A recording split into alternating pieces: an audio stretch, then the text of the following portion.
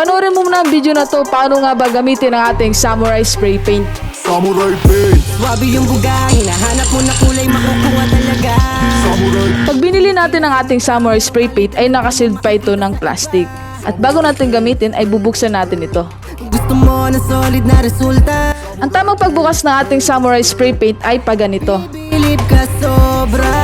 At bago natin i-spray ay huwag kalimutan na shake mo na ito. Pagsisisihan, iba't ibang kulay ang iyong pagpipit. Pagdating naman sa ating 2K series ay nakasealed pa rin ito ng plastic. Gumana magmumukha yung bago ulit. Iba't Ang tamang pag-activate ng ating 2K series ay ilalagay lang natin ito sa flat surface, ang red button. hindi basta kumukupas, kumikita. At kapag nag-up and down ang ating red button ay tama ang ating pag-activate. At i-shake ito ng 2 minutes bago natin gamitin. Swabe yung buga, hinahanap Ayun lang kasamuray ang ating dapat gawin bago natin gamitin ang ating Samurai Spray Paint para hindi ito masayang. Samurai